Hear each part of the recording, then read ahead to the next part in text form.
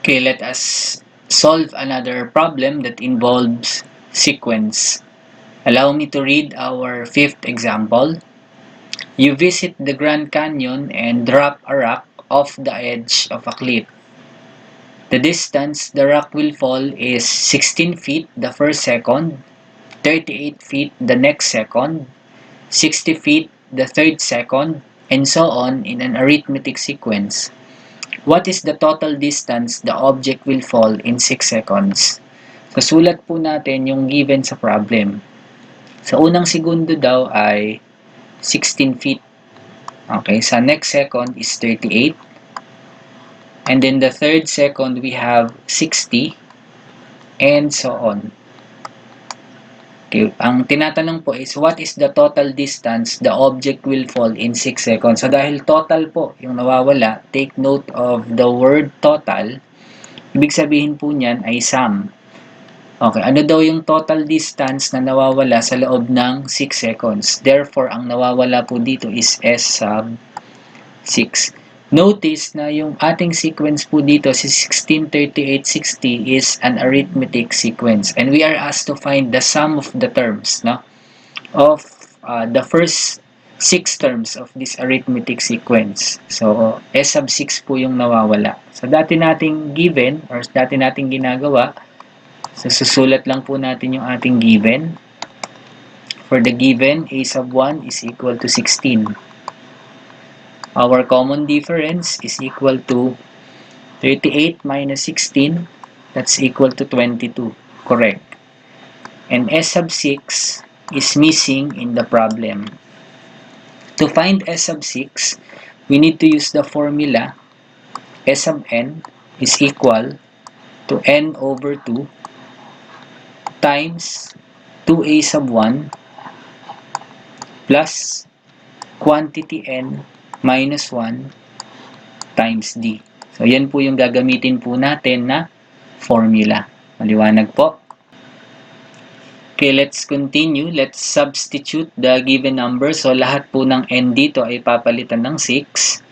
Magiging S sub 6 is equal to 6 over 2 times quantity 2 times, so yung ating A sub 1 po is 16 plus quantity 6 minus 1, ating common difference is 22, medyo malaki po sa case po na to. Okay, so S sub 6 is equal to 6 divided by 2, that's equal to 3 times 2 times 16 is 32 plus 6 minus 1 is equal to 5 times 22. Okay? So, we have S sub 6 equals 3 times quantity 32 plus, okay, 5 times 22. What is 5 times 22? Okay, 5 times 22, that's equal to 110. So, that will be S sub 6 is equal to 3 times quantity. So, 32 plus 110 is equal to 142. So, last step, ita-times na lang po ito. Continue po natin yung ating solution in this case.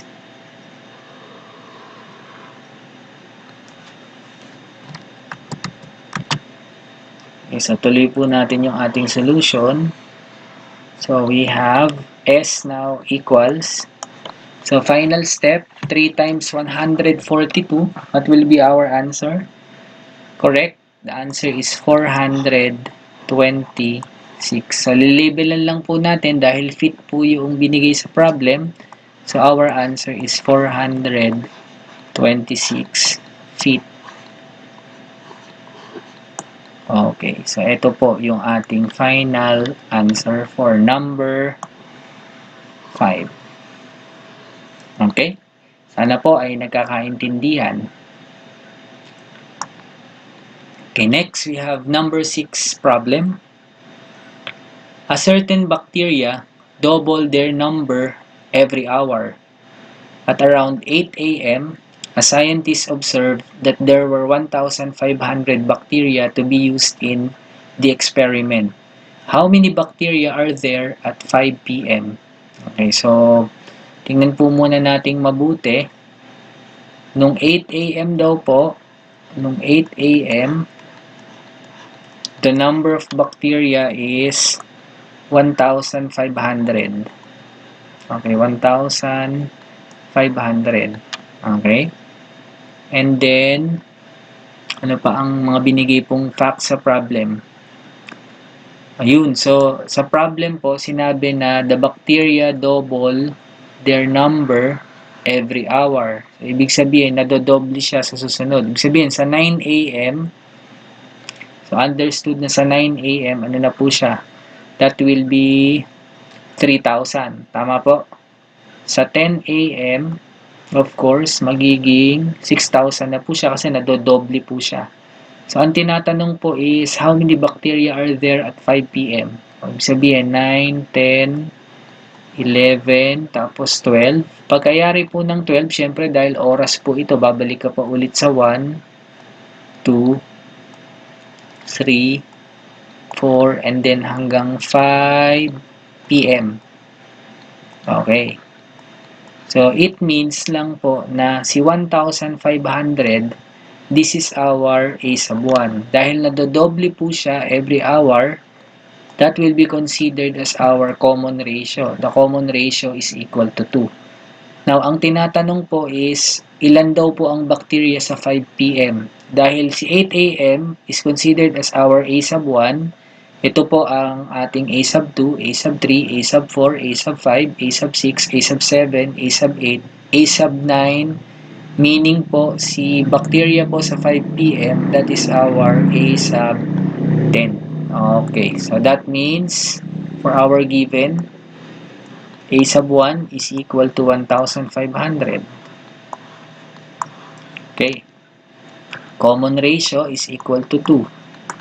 Ang nawawala po is A sub 10. Since, common ratio is equal to 2. Sulat po natin. And A sub 10 is missing in the problem. Okay. So dahil po siya ay common ratio, so that means it's a geometric sequence. Our formula is A sub n is equal to A sub 1 times r raised to n minus 1. So, this will be our formula. Okay, substitute lang po natin. So, magiging A sub 10 is equal to A sub 1, that's 1,500. So, 1,500, our common ratio is 2 raised to 10 minus 1. So, this becomes A sub 10 is equal to 1,500 times 2, 10 minus 1, that's equal to 9. So, sisimplify po muna natin si 2 to the 9th power. And what is 2 to the 9th power? Okay, so 2 to the 9th power, po pinag-times po si 2 ng siyam na beses sa sarili niya, that will be equal to 512. So, times na lang po ito. So, 1,500 times 512, that will be equal to 768,000. So, therefore, our final answer is, at 5 p.m., there are 768,000 bacteria.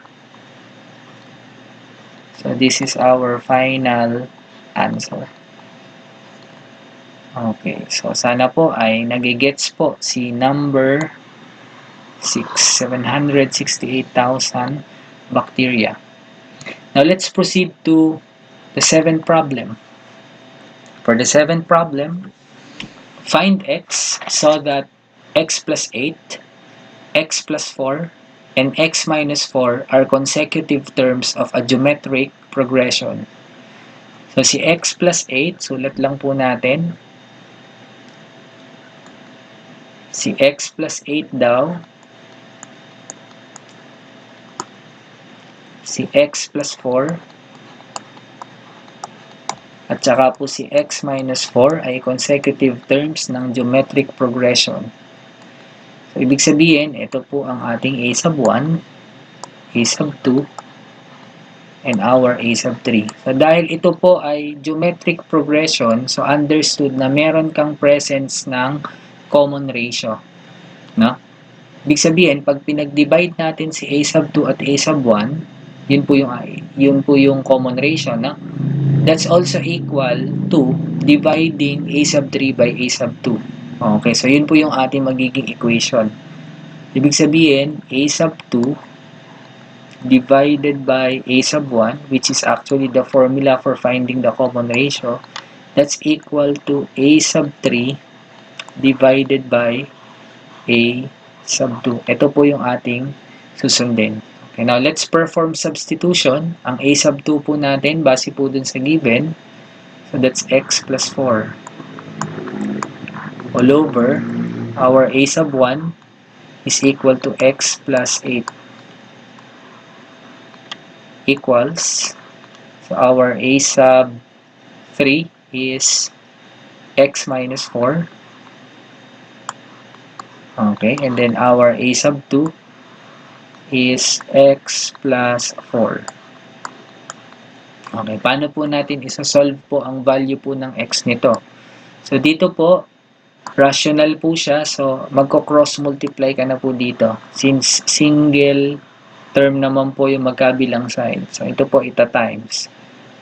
So, x plus 4 times x plus 4, that sulat lang po natin. So, magiging x plus 4 times x plus 4 is equal to, next naman po, ita-times po natin yung nandito po. Ayan, x plus 8 times x plus 4. So, sulat po natin, ito po magiging x plus 8